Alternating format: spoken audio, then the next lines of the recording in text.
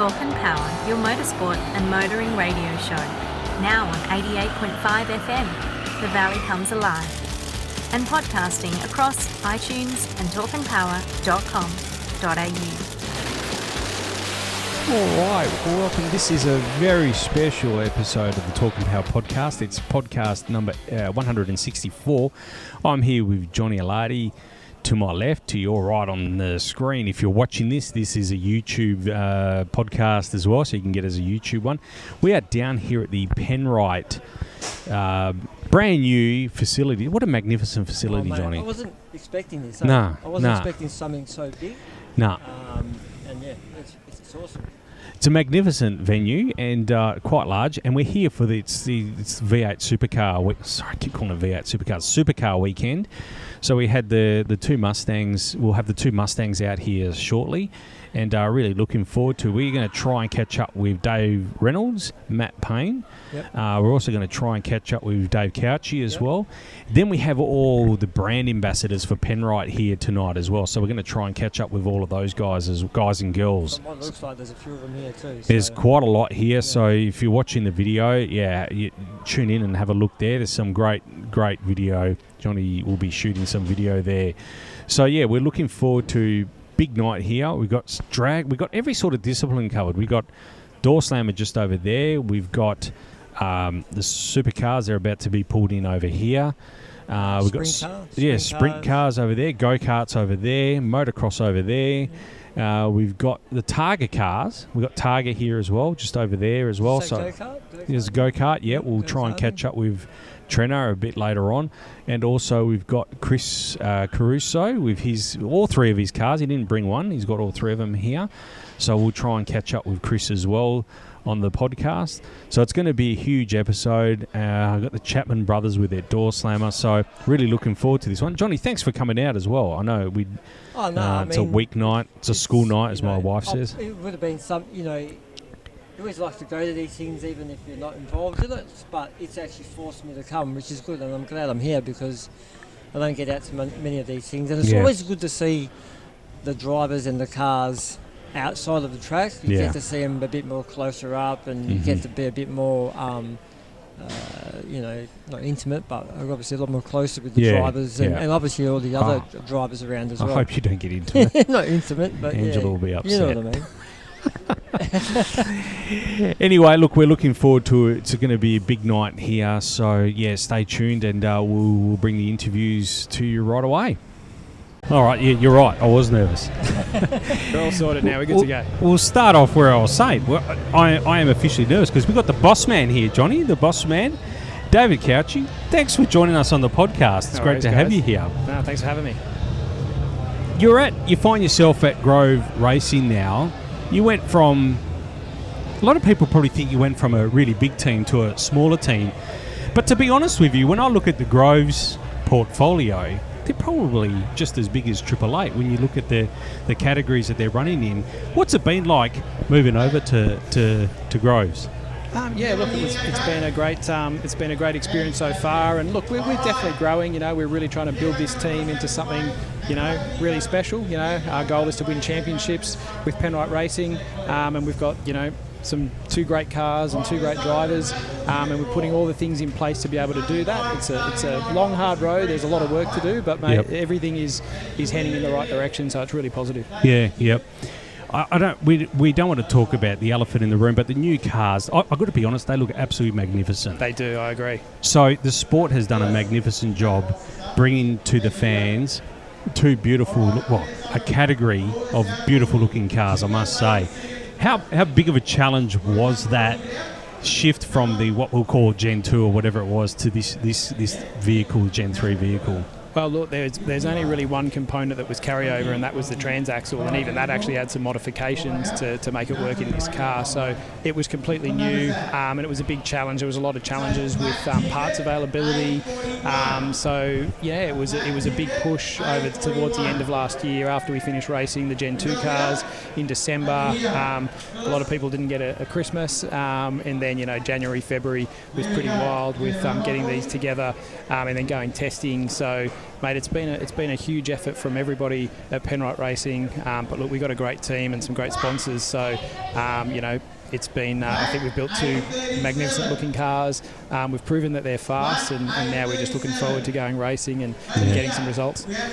You're in probably a little bit of a fortunate situation as well, because you've got probably one of the biggest test drivers of that Gen 3 car is in your team now, Garth Tander.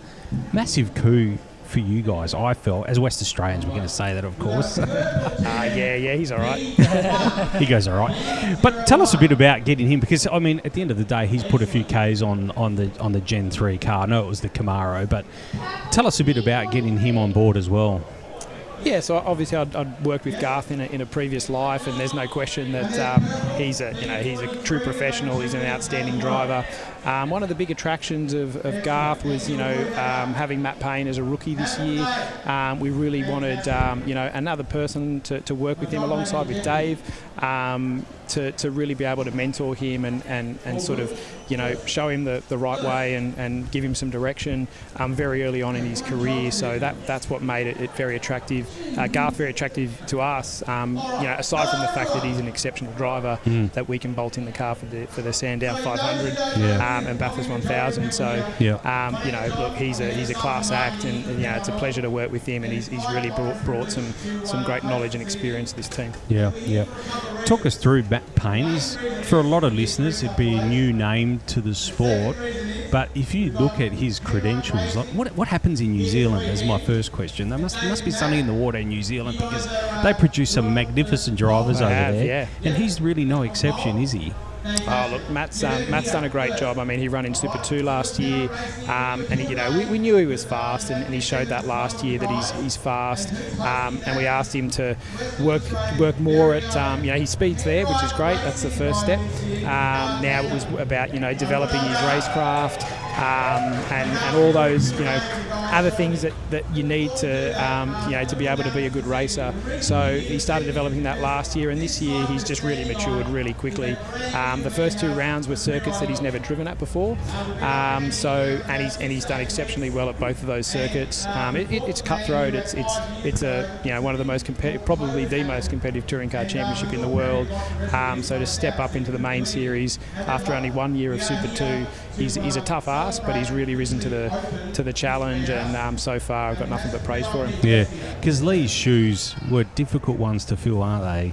But I think he's, from the outside looking in, he's an enormous talent. I can see that.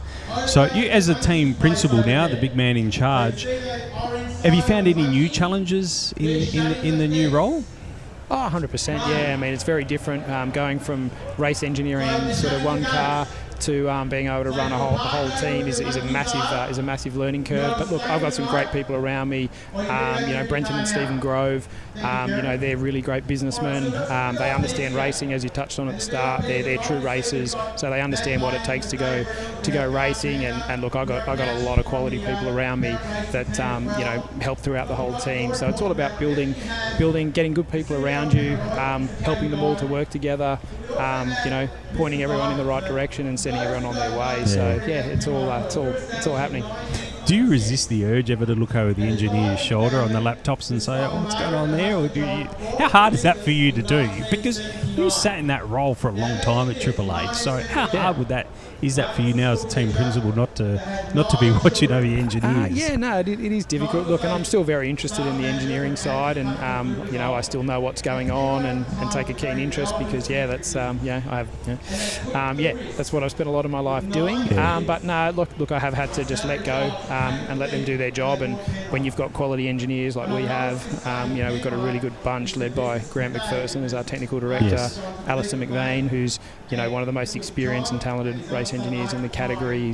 He's won Bathurst, he's won plenty of races, and then we've got a young Jack Bell who's working with Matt Payne, who worked with him last year and was very impressive. So we brought him up to the main series. So and then there's other support engineers as well. So look, we got a really good crew. So I'm letting them do their thing. Yeah, fair enough.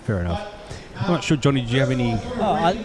maybe jump to the weekend, I suppose. You got a COG change for this weekend. Do you think that's going to make any difference in your performance this weekend? Yeah, absolutely. Like I said before, this category is so competitive that the smallest things they do make a difference. So, it's not insignificant. So it will make a difference, and we'll see what it really means when it comes to racing. We'll see what it does for our tyre life and sort of longevity over a race. So, all these changes are very important that supercars get these right, and they're working hard to do that. Yep. And fuel mapping, do we know anything on that? Is any on that going to happen this weekend, or is that still down the track?